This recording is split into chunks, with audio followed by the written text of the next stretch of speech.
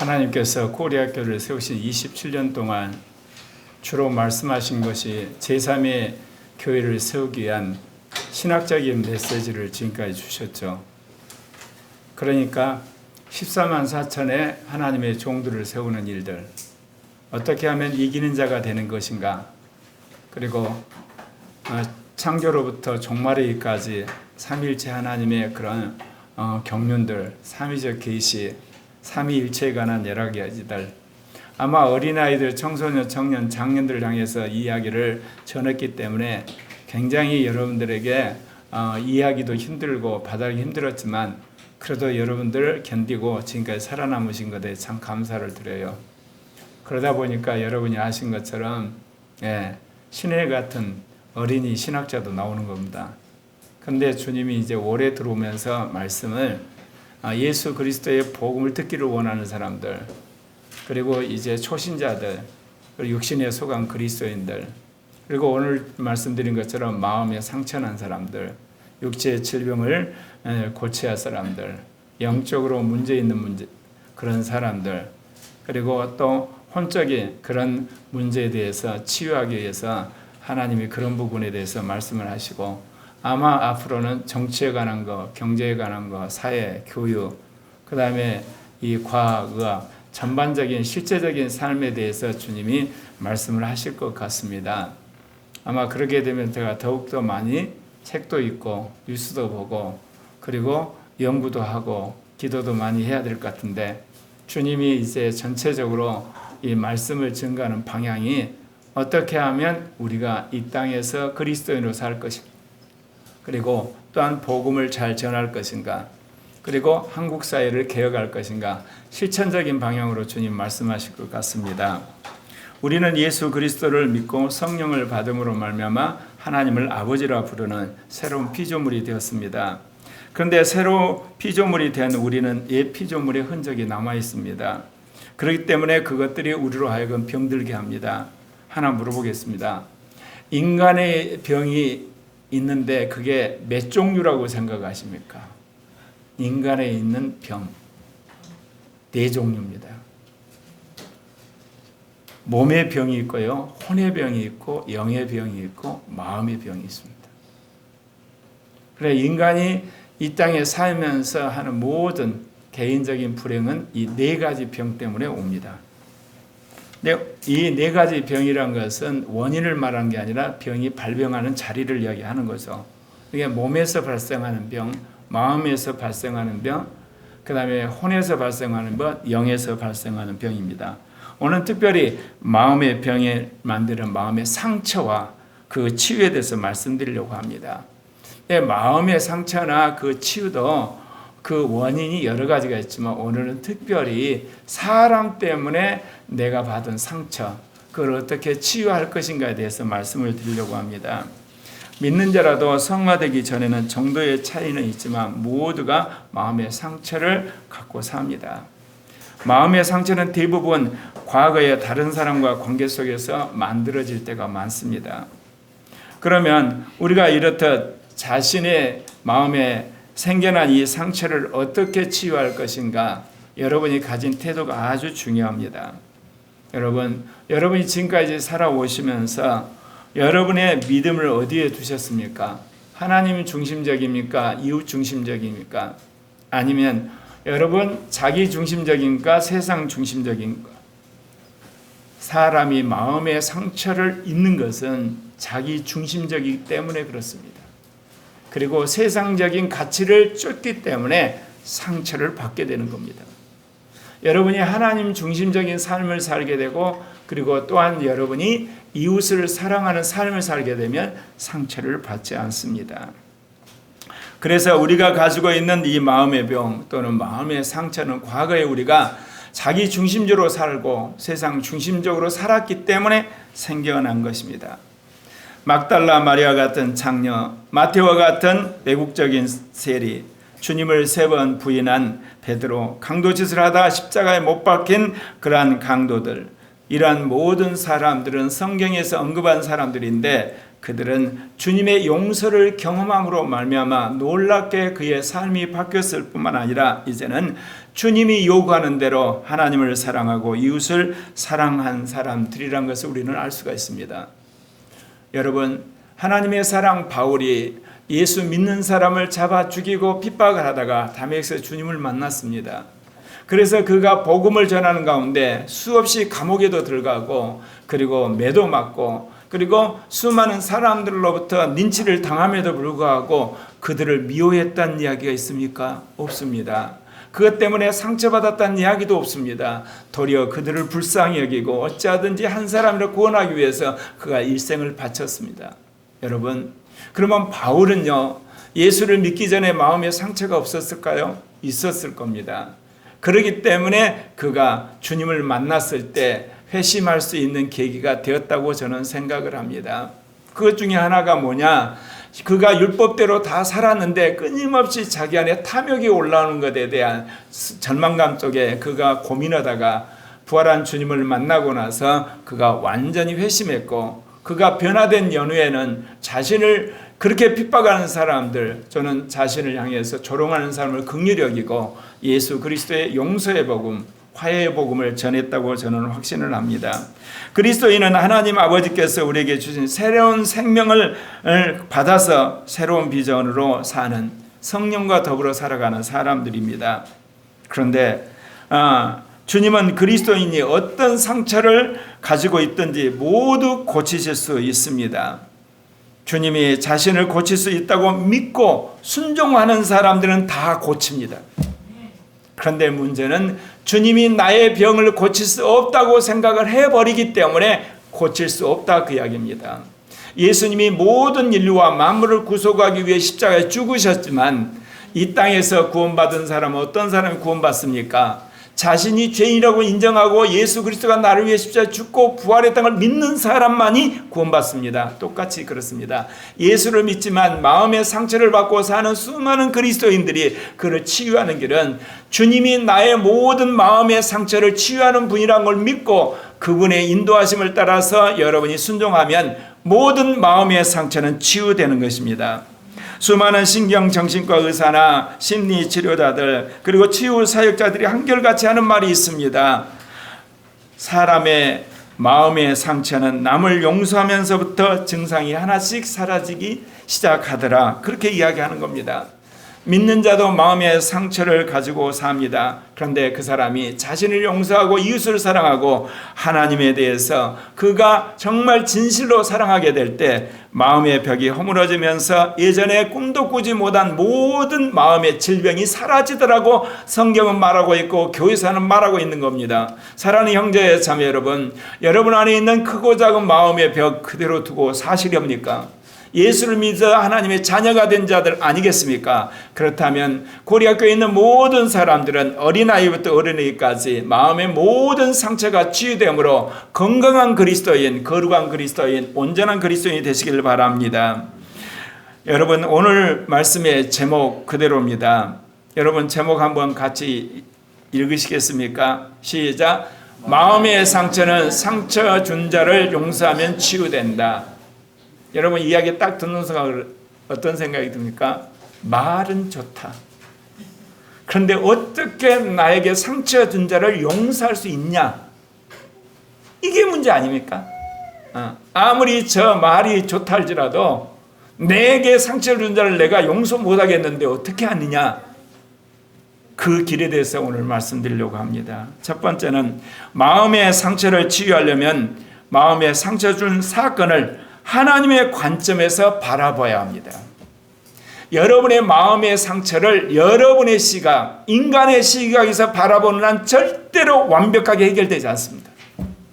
정신과 의사를 찾아가도 그렇고 은사자를 찾아가도 그렇고 여러분 정신신경과 의사를 찾아가도 해결되지 않습니다.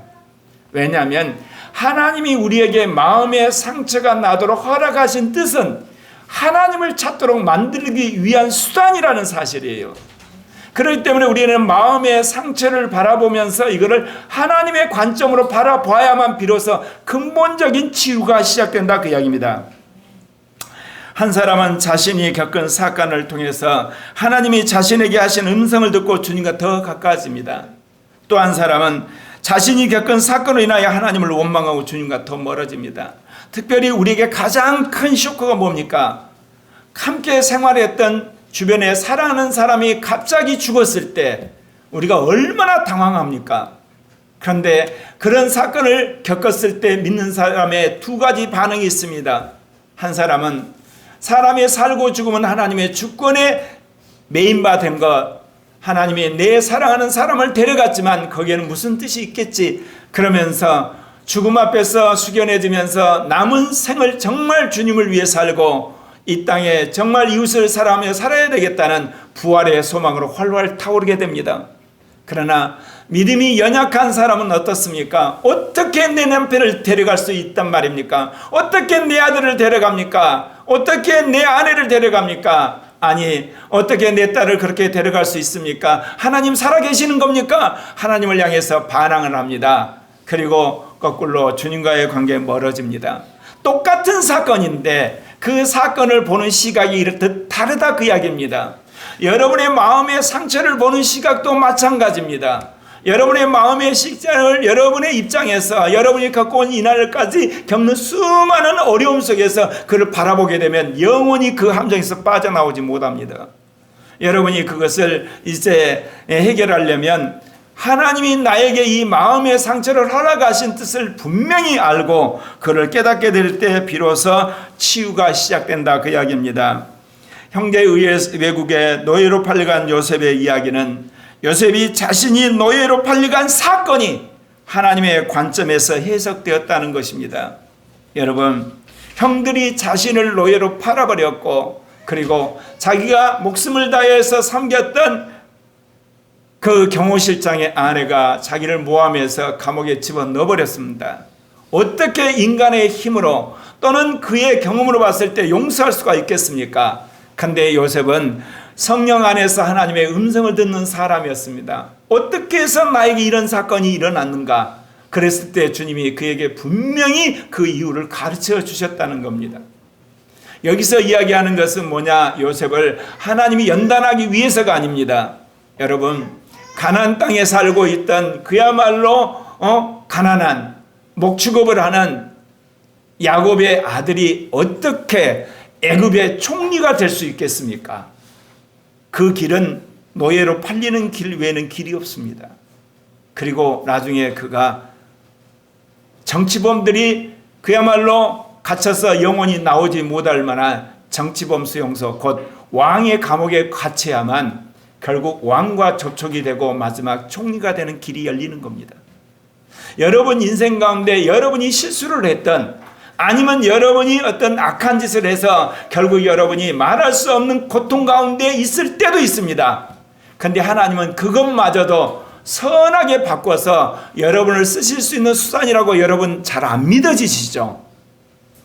우리는 항상 모든 일이 선하고 그리고 잘되고 그리고 순풍에 돛단 듯이 가야만 그게 하나님의 뜻이라고 생각해요. 근데 대부분 그렇게 생각한 사람은 순탄하게 가서 한마디로 별 볼 일 없는 크리스찬으로 살다 끝납니다.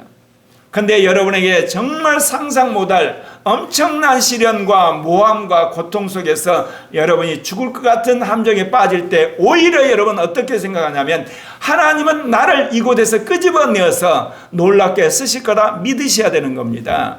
이게 마음의 상처를 치유하는 데 가장 중요한 첫 번째 여러분 문제 해결의 실마리입니다. 돌아온 탕자 이야기도 그렇습니다. 모든 과거의 상처들을 하나님의 관점에서 바라보아야 된다는 것을 우리에게 보여줍니다.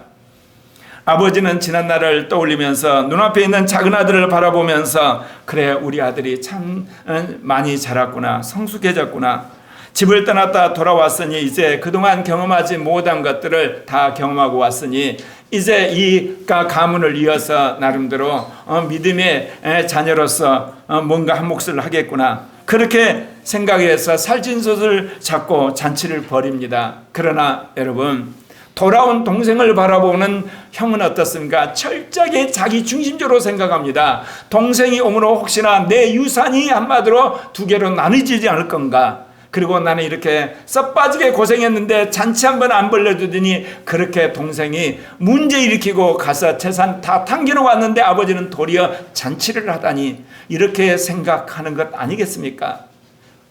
철저하게 하나님의 눈으로 돌아온 동생의 영혼을 귀히 여기고 어찌하든지 그 동생을 하나님 안에서 구원하려는 생각 없다, 그 이야기입니다. 큰아들로서 내가 차지할 재산 혹시나 동생이 가져갈까 봐, 그리고 지금까지 고생한 자기에 대해서 아빠가 정말 대우하지 않는 것에 대한 불만, 이게 인간들이 생각하는 생각입니다. 하늘에 계신 하나님은 결단코 그렇게 생각지 않습니다. 생각해 보십시오. 하나님이 만약 그렇게 생각하시면 태어날 때 삼성가의 아들과 딸로 태어나서 어렸을 때부터 에리코트로 살고 그야말로 때가 되어서 유산을 받아서 떵떵거리고 사는 사람, 태어난 지 얼마 안 돼서 아버지는 돌아가시고 또 몇 살 안 돼서 어머니도 돌아가셔서 할머니 슬하에 살다가 결국은 어때요? 못될 것 배워서 형무소 들락날락하다 어느 날 예수를 믿는 그 사람에게서는 어떻습니까? 저주받은 인생이라요? 그렇지 않습니다, 여러분. 하나님이 그렇게 해서 나란 인간을 예수 믿게 하려고 그렇게 하셨구나. 그렇게 여러분이 여러분 인생을 해석해야만 하나님의 뜻에 부합하다, 그 이야기예요. 우리는 철저한 타락한 세상 속에서 마귀가 지배하는 이 세상이 이루어지는, 누가 돈을 많이 벌고 적게 버느냐, 권력을 잡았냐, 누가 권력이 없냐, 누구는 명문대학 나오냐, 명문대가 안 나왔냐, 누구는 건강하냐, 누구는 아프냐, 이런 세상적인 관점에서 철저하게 사람들을 바라봅니다. 누가? 예수 믿는 목사가, 예수 믿는 장로가, 집사가, 예수 믿는 그리스도인들이 그렇다 이야기예요. 뭐 하려고 예수 믿습니까, 여러분? 근본적인 가치관의 변화가 와야 됩니다. 내가 예수를 믿고 하나님의 자녀가 되는 것을 최고의 가치로 여기셔야 돼요.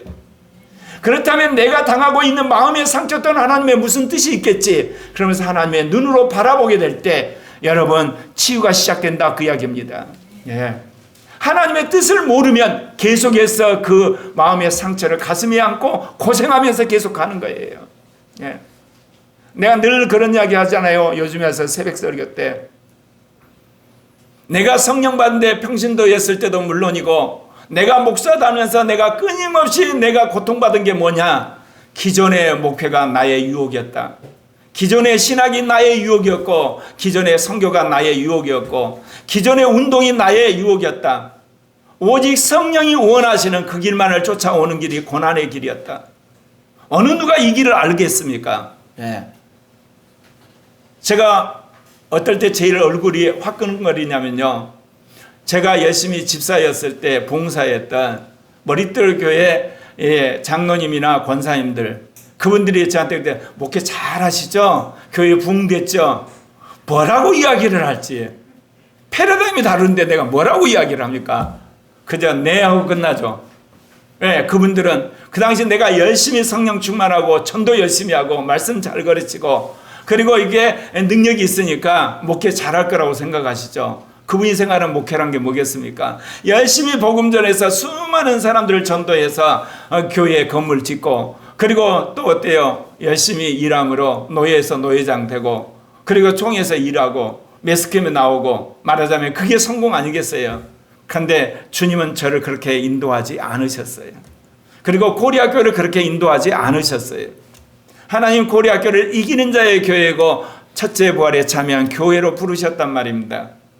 그래서 지금까지 여러분들에게 어때요? 어떻게 보면 여러분을 전부 저는 신학생으로 생각한 거예요. 어린이 신학생, 그리고 청소년 신학생, 청년 신학생, 장년 신학생.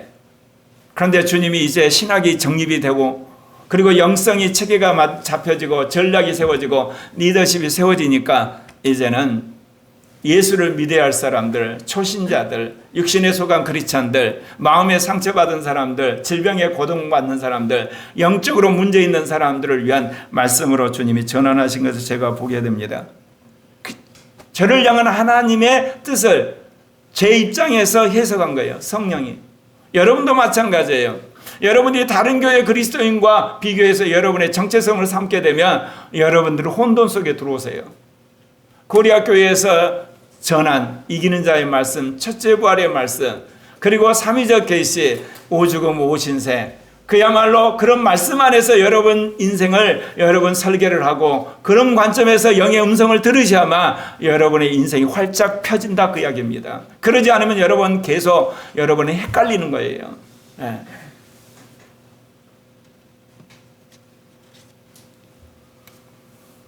불행한 기억들을 치유하는 데 있어서 자신이 선택할 것이 있습니다.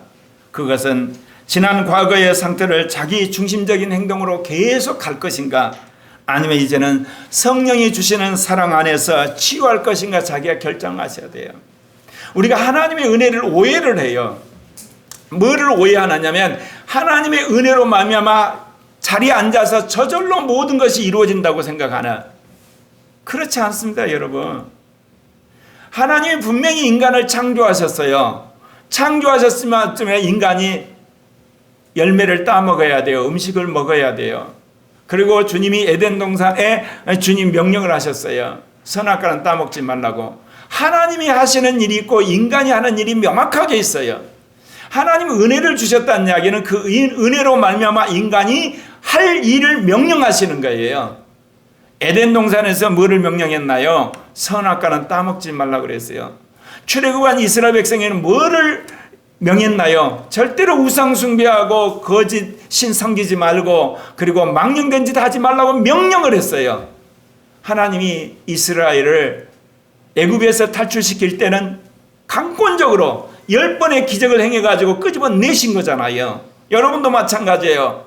여러분이 구원받는데 무슨 여러분이 수강가 있나요? 아무것도 없어요. 죄인이라고 인정했더니 주님이 여러분 구원하시고 성령을 보내시고 거듭나게 하고 이름석 자늘하루 생명책에 기록하셨어요. 그러면 이제는 어떻게 해야 되나요? 여러분 성령을 따라 사셔야 되잖아요. 그렇습니다.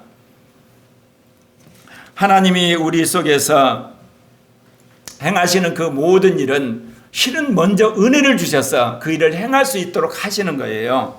그렇기 때문에 오늘 주신 이 말씀을 우리가 생각해 보건대 무엇보다도 우리가 마음의 치유를 위해서는 기꺼이 하나님께서 요구하는 대가를 지불해야 돼요. 예. 우리를 구원하셨다니까. 성령을 주셨어요. 지혜를 주셨어요. 말씀을 주셨어요. 그 다음에 주님이 우리에게 대가를 요구하세요. 그런데 은혜를 이야기하는 사람들이 착각이 있어요. 주님이 전혀 우리에게 그 어떤 대가도 요구하지 않는다는 착각을 해요. 계명이 뭐예요? 대가를 요구하는 거예요. 그거 지키라 그런 이야기예요. 기도하라. 그것도 우리에게 기도하라 명령하시는 거예요. 회개하라 명령하시는 거예요. 마음의 치유도 마찬가지예요. 하나님이 요구하는 대가를 치러야만 여러분 치유가 돼요. 그거를 여러분 명심하셔야 돼요. 근데 그것이 세상에서 말한 것처럼 엄청난 대가가 아니에요.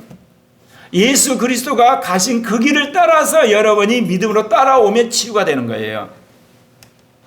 우리는 빠른 시일 내에 마음의 치유가 일어나기를 간구하기 전에 먼저 하나님 앞에 나가서 내 자신을 살펴보고 이제 자신이 정말 치유받아야 될 것이 무엇이고 또한 그 필요성에 대해서 내 자신이 분명히 주님 앞에 의사를 표하셔야만 되는 겁니다.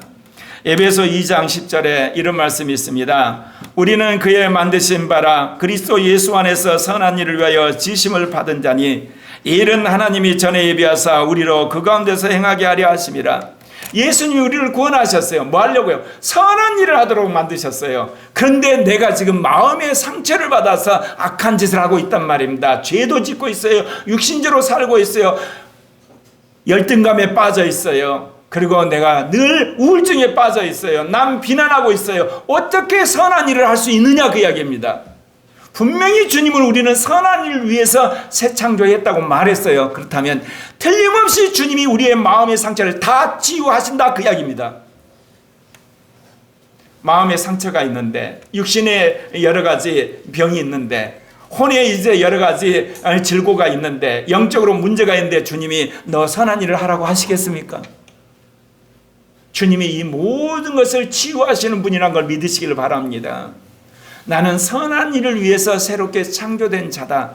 그렇다면 나에게 따라다니는 모든 질병과 모든 죄악과 육신적인 것과 악한 것은 주님 안에서 다 해결될 걸 믿으시기를 바랍니다. 특별히 마음의 상처가 다 치유될 걸 믿는 여러분 되시길 바랍니다.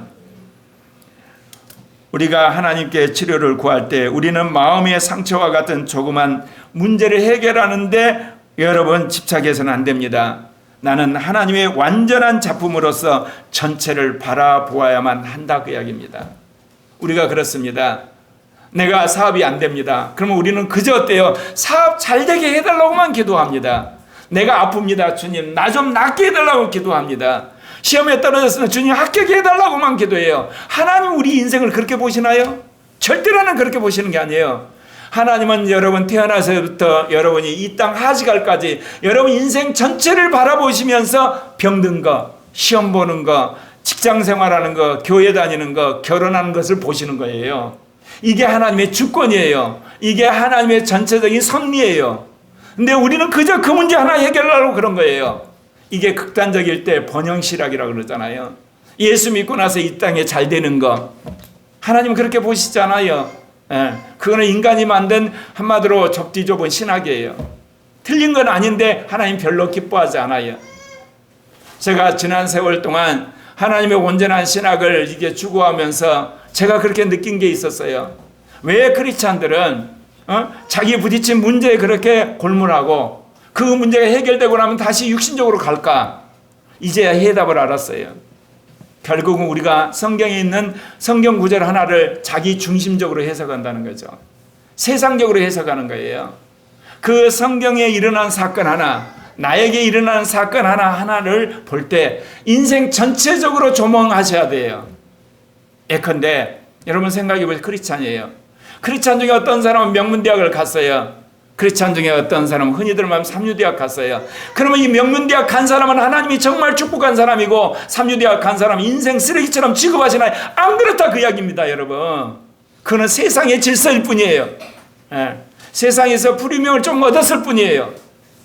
삼류대학을 간 사람도 어때요? 그거를 통해서 하나님이 나에게 하신 말씀을 확실히 깨달으면 하나님 인생 역전이 일어난다는 겁니다. 이게 크리스찬의 삶이에요 여러분. 크리스찬의 삶 가운데서 위대한 믿음의 사람들은 다 한 가지 어떤 사람이에요? 역전의 명수들이에요. 어려운 가운데 그야말로 박차고 일어난 사람들이에요. 마음의 상처를 여러분 치유하는데 가장 중요한 것은 뭐냐? 내가 이거를 치유하기 위해서 하나님이 요구하는 거예요. 그 대가를 치르겠다는 결단을 하셔야만 된다 그 이야기입니다. 우리는 하나님이 우리 속에 새 창조하고자 하는 것이 무엇인지, 그리고 우리가 어떻게 그분의 새 창조 사업에 참여할 수 있는지를 우리는 알아야 된다 그 이야기입니다. 그래서 우리가 이런 하나님의 뜻을 아는데 가장 중요한 것은 주님이 우리와 대화하기를 원하신다 그 이야기예요. 어떤 사건이 터지든 내가 어떻게 보면 축복을 받았어요.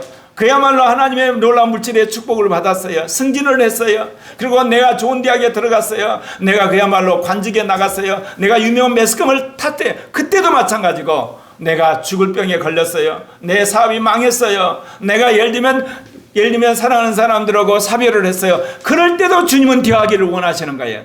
주님은 항상 우리와 대화하기를 원하세요. 하물며 마음에 상처가 있는 우리는 어떻겠습니까?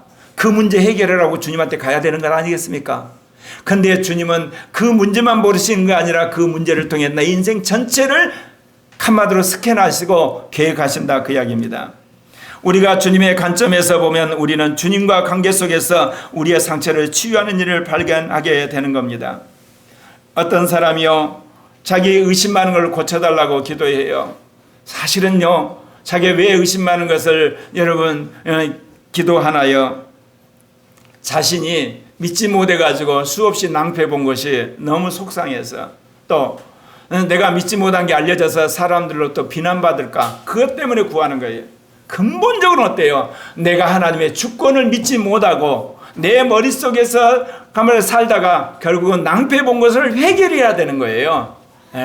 왜 의심이 많나요? 이렇게 가면 망한다는 생각이 있지 않습니까? 의심을 하잖아요. 이게 믿음이 없는 거예요. 그것부터 회개하셔야 돼요. 그러면서 의심 많은 나를 진실한 사람으로 바꿔달라고 그 다음에 기도를 하셔야 되는 겁니다. 그리고 어떤 교수가 강의 시간에 늘 빼먹고 레포트도 늦게 내고 그러니까 화가 나가지고 어때요? 크리스찬 교수가 그 여학생한테 이메일을 보내가지고 어때요?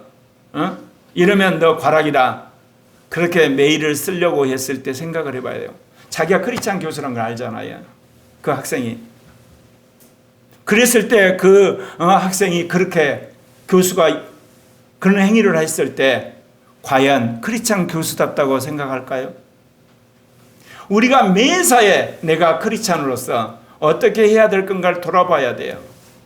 그럼 왜 우리의 삶 속에서 공의는 어디 있나요?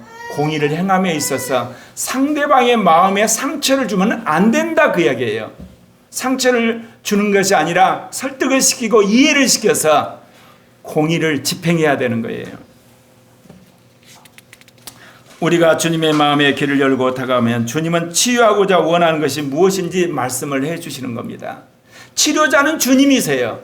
치료받기 원하는 자는 우리고, 내가 하나님의 뜻대로 행하며 주님께로 향해 있으면 성령께서 우리 마음에 오셔서 기쁨과 평안을 주시고 이제 치유를 시작하게 된다 그 이야기입니다. 그렇기 때문에 우리는 성령 안에서 이제 하나님의 자녀가 되었고, 그럼에도 불구하고 우리 안에 있는 마음의 상처를 치유하기 위해서 대가를 지불해야 된다는 겁니다. 저 자신을 봐도 저도 치유가 필요한 사람이었댔죠. 제가 어렸을 때부터 칭찬을 받고 나름대로 공부한다고 그래서 공부를 잘한다고 칭찬을 받았잖아요. 그리고 제가 진리를 추구하면서 저는 옳은 것을 구하니까 주위에 있는 사람들이 틀린 이야기를 하면 견디지를 못해요. 특별히 아내나 아들이나. 옛날에 이제 집사님들도 그랬죠.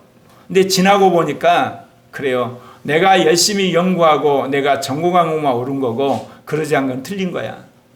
근데 이게 뭐냐? 내 안에 있었던 마음의 상처예요. 어떤 상처냐? 나는 항상 옳고 내가 주장한 것은 옳다고 하는 그런 속에서 남으로부터 틀렸다고 비판을 받는다든지 공격을 당하면 못 견디는 거예요. 기어이 그 사람으로부터 내가 옳다는 이야기를 들어야 되는 거예요. 이게 일종의 내 병이었어요. 세월이 지나고 나서 이게 내 병이었구나. 제가 회개하게 됐어요. 그래서 요즘에는 어지간하면 대화를 하고 나서 그렇습니까? 하고 끝납니다. 왜냐? 내가 말한다고 해서 그 사람의 생각을 바꿀 리도 없고, 그리고 또한 그렇다고 해서 그 사람이 바꿨다고 해서 나에게 별로 유익이 되지 않아요. 네.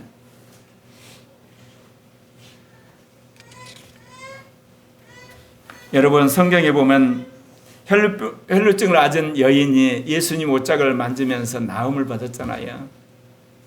수많은 사람이 예수님을 미치고 지나갔어요. 예수님 옷자락을 스쳤어요. 아무도 병이 안 났어요. 혈루병 앓은 그 여인만 나았어요. 왜? 그는 분명한 믿음을 가지고 사람들을 제치고 가서 그 옷자락을 만진 거예요. 우리는 자꾸 믿음을 굉장히 수동적으로 생각해요. 이 불교 문화예요. 앉아서 도트는 식으로. 그 여인은 용감하게 갔단 말입니다. 무슨 말인지 이해 가세요? 성령이 여러분에게 말씀하시면 여러분 용감하게 가야 돼요. 제가 8년 전에 박사학위 끝나고 이 동성애 독재와 싸우는 일에 뛰어들 때 제가 고민 굉장히 많이 했어요. 나는 통합교단을 이제 나오려고 생각하는 방국인데 그거를 보니까 거꾸로 통합교단 안으로 들어가가지고 통합교단을 뜯어고쳐야 되는 거야. 나는 한마디로 썩어져가고 망해가고 폐허가 되는 집에서 빨리 도망가려고 내가 준비한 사람인데 거꾸로 주님은 들어가가지고 그 집을 다시 세우고 복원하고 건설을 하는 거야. 말이 안 되잖아요. 내가 35년을 그래 왔는데, 근데 성령이 자꾸 요구하니까 내가 거꾸로 통합교단을 살리려고 뛰어 들어갔어요. 그러면서 제가 한 이야기가 있을 거예요. 그때 내 이거 하다 은퇴하더라도 어쩔 수 없다. 성령이 원하시니까. 근데 놀랍게도요, 5년 안에 통합 안에서 문제가 거의 다 해결이 돼버렸어요. 그래서 우리 교단이 반동성애 교단이 돼서 중도적인 교단인데 동성애에 관한 완전히 우파적인 교단, 보수적인 교단으로 바뀌었어요. 기적 같은 일이 벌어졌어요. 그리고 올해 총회장님한테 한교청에 포괄적 차별금지법 대책위원회 만들어달라고 제가 이야기했는데, 우리 교단하고 합정측 교단 총회장한테 말씀했는데 오케이 했어요. 이제 내가 아이디어를 내서 할 수 있는 일은 다 응답이 됐어요. 한국의 천만 기독교인들의 대표인 한교청 포괄차별금지법 대책위원회가 만들어서 그 대책위원회를 중심으로 해서 정치권을 향해서 이제 전면전을 할 테니까 다른 모든 것들은 이제 하나님이 모든 사람을 도우셔야 하는 전략은 이제 완성이 됐어요. 무슨 말씀을 드리려고 그러냐면 성령이 하시는 일은 분명코 여러분 열매가 맺고 이루어지게 돼 있어요. 네.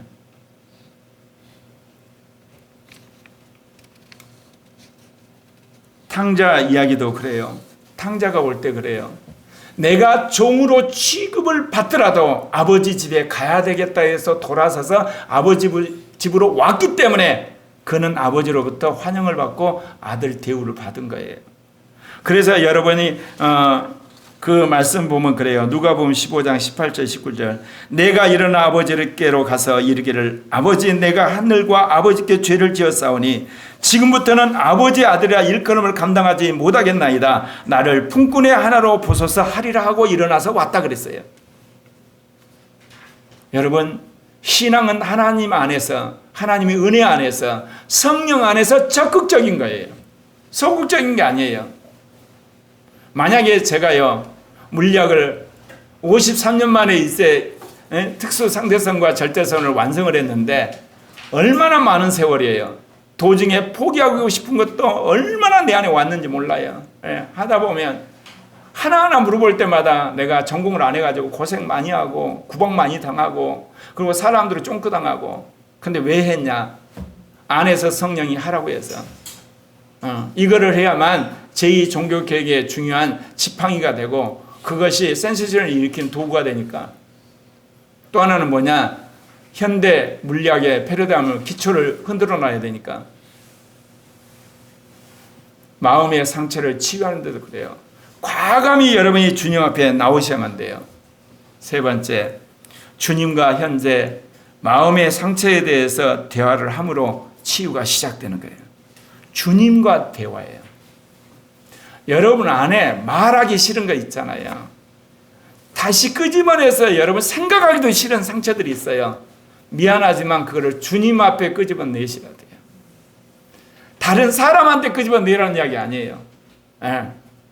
그럴 때 주님이 여러분과 대화 가운데 뭐를 말씀하시냐면요.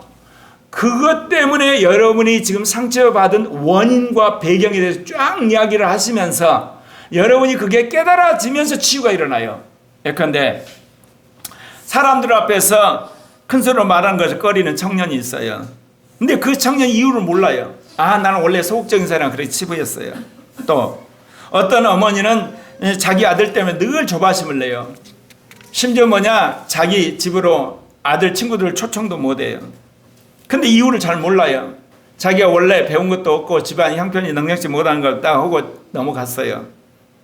또 어떤 사람은요, 어떤 여인은 자기는 가정 살림을 잘 못한다는 자책감과 늘 우울증이 있어요. 그런데 불구하고 뭐예요? 자기는 원래 소극적이고, 예를 들면 음식도 잘 못 만들고 청소도 잘 못하고 그런가 보다 하면서 자기 운명 탓으로 돌렸어요. 또 어떤 사람은 잘 나가다가 아내하고 다퉈요. 화를 내는 남편이 있었어요. 원래부터 나는 기질이 그런 사람이야. 그렇게 치부를 하기 쉽죠. 이 모든 것이 다 마음의 상처 때문에 일어난 거예요. 이런 문제를 여러분 주님 앞에 이제 가지고 가면 주님이 뭐라고 그러냐? 사람들 앞에서 담대히 말하지 못했던 친구는 어떤 일이 있었냐? 주님과 대화를 하니까 주님이 초등학교 때 담임선생님 질문에 틀린 답을 했는데 친구들이 깔깔깔 웃으면서 완전히 조롱거리가 된 거예요. 그때부터는 이제 사람들 앞에서 무슨 이야기하는 것이 두려운 거야. 그때가 생각나가지고 그거를 이제 알게 된 거예요. 그러면서 그가 주님 앞에 자기를 조롱했던 친구들을 용서하고 정말 이제는 주님이 나와 함께 한다는 그 믿음을 회복할 때 그것이 치유가 된 겁니다. 또 자기 아들 때문에 조바심을 낸 어머니도 곰곰이 생각해 보니까 자기가 어렸을 때 사람들한테 무시당한 거 그런 것들이 도져가지고 우리 아들도 무시당할까 봐 한마디로 조바심을 냈다는 걸 알게 된 거예요. 그래서 그도 지난날 자신이 그렇게 된 것을 돌아보면서 특별히 자신을 무시한 수많은 사람들을 긍휼히 여기고 불쌍히 여겨달라고 기도하면서 자신이 회복이 되고 자신이 그런 것 때문에 아들에게 그렇게 들들 볶았던 이야기를 하니까 아들과의 관계도 좋아지는 거예요. 이거는 주님과 대화할 때 성령이 가르쳐 주시는 거예요. 인간적으로 생각해 갖고는 이 전말이 드러나질 않아요.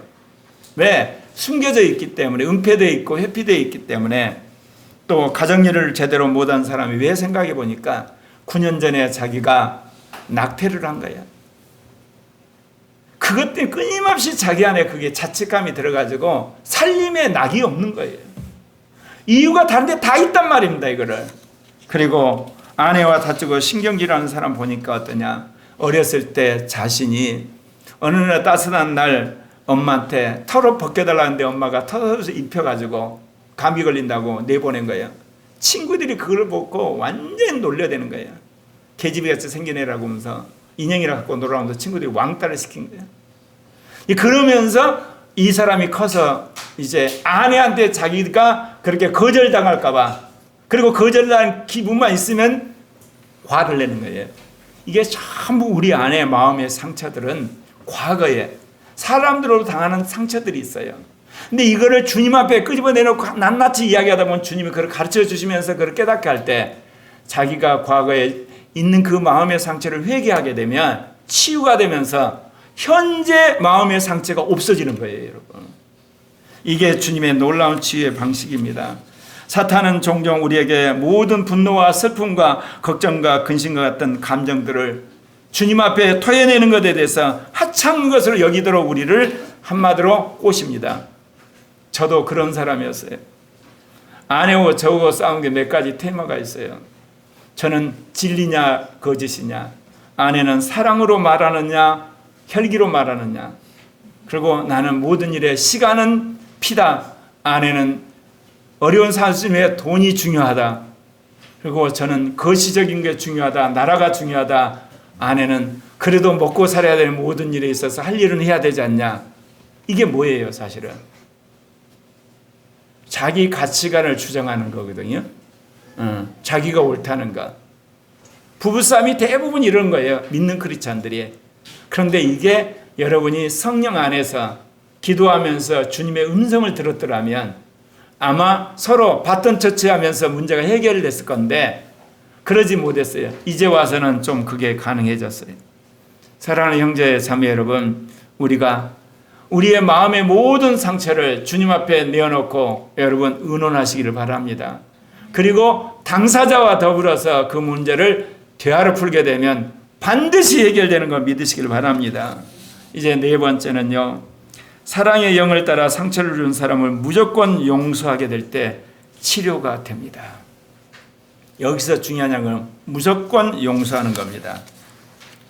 그런 의미에서 여러분들이 이제는 분명히 결단을 하셔야 돼요. 그건 뭐냐?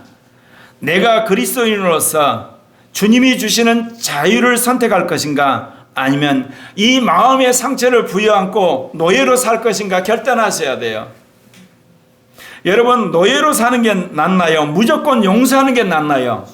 무조건 용서하는 것이 낫습니다. 그러면 나이는 자유로운 사람이 되는 거예요.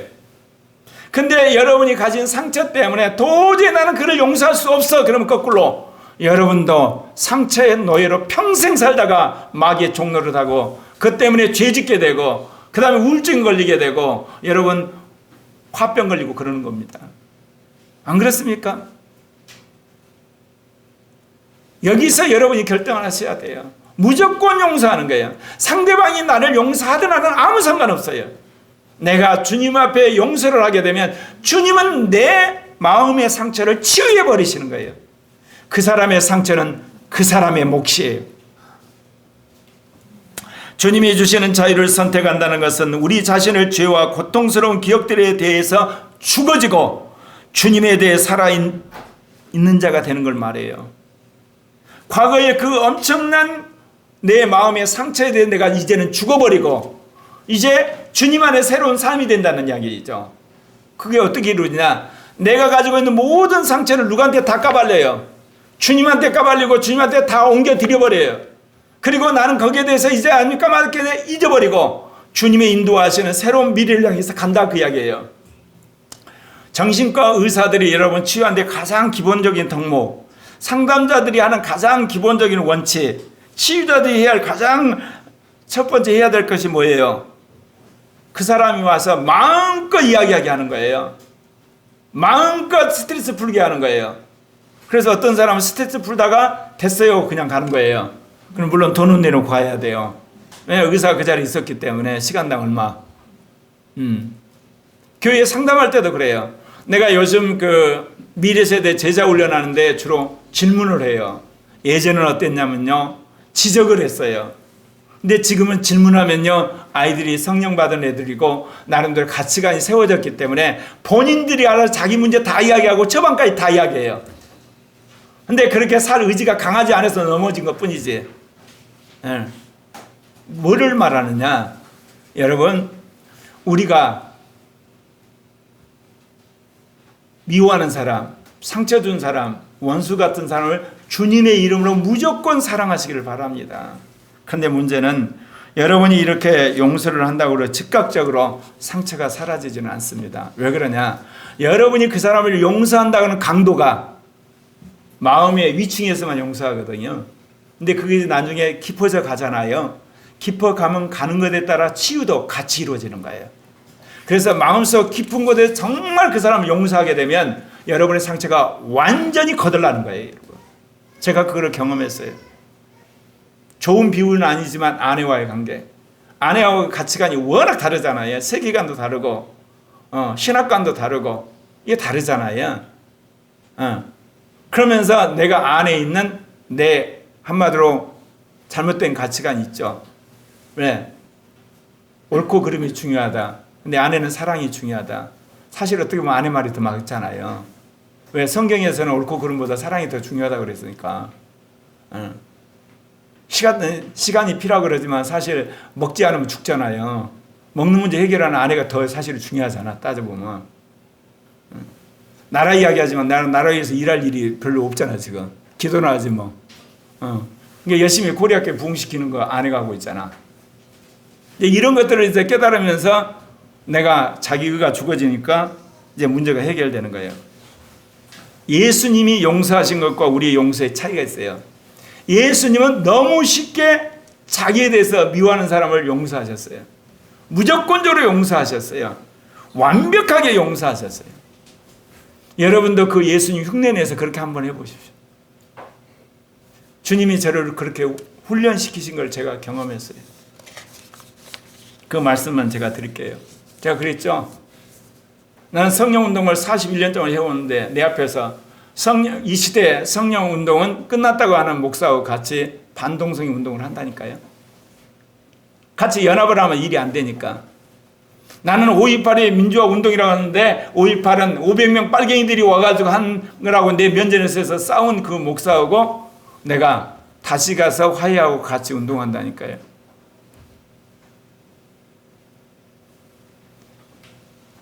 내가 통합교회 목사로서 평생 목회할 건 아닌데 내가 통합교단을 살리기 위해서 열심히 일을 해요. 네. 제3의 교회 계획자로 나를 부르셨는데 그럼 왜 그러냐? 그것이 내 마음에 상처를 주지 않으니까. 사도 바울이 그러잖아요. 자기를 죽이는 사람들, 죽이려고 하는 사람, 자기를 감옥에 집어넣는 사람, 자기를 린치하는 사람들을 전혀 두려워하지 않고 또한 미워하지 않고 오히려 불쌍히 여기잖아요. 근데 그 원조가 누구세요? 십자가에서 죽은 예수님이 저들은 저들의 죄를 알지 못하나이다. 사랑하는 형제 자매 여러분, 마음에 상처 않고 여러분 마귀의 노예로 계속해서 들락날락하면서 고생하실래요? 아니면 무조건적으로 그리고 주의 말씀에 따라서 용서하심으로 말미암아 주님 안에서 자유로운 자로 사시겠습니까? 여러분 선택하셔야 됩니다. 마지막은. 그럴 때 하나님의 놀라운 치유의 강선이 여러분의 삶 속에 함께 하시리라 믿습니다. 기도하겠습니다.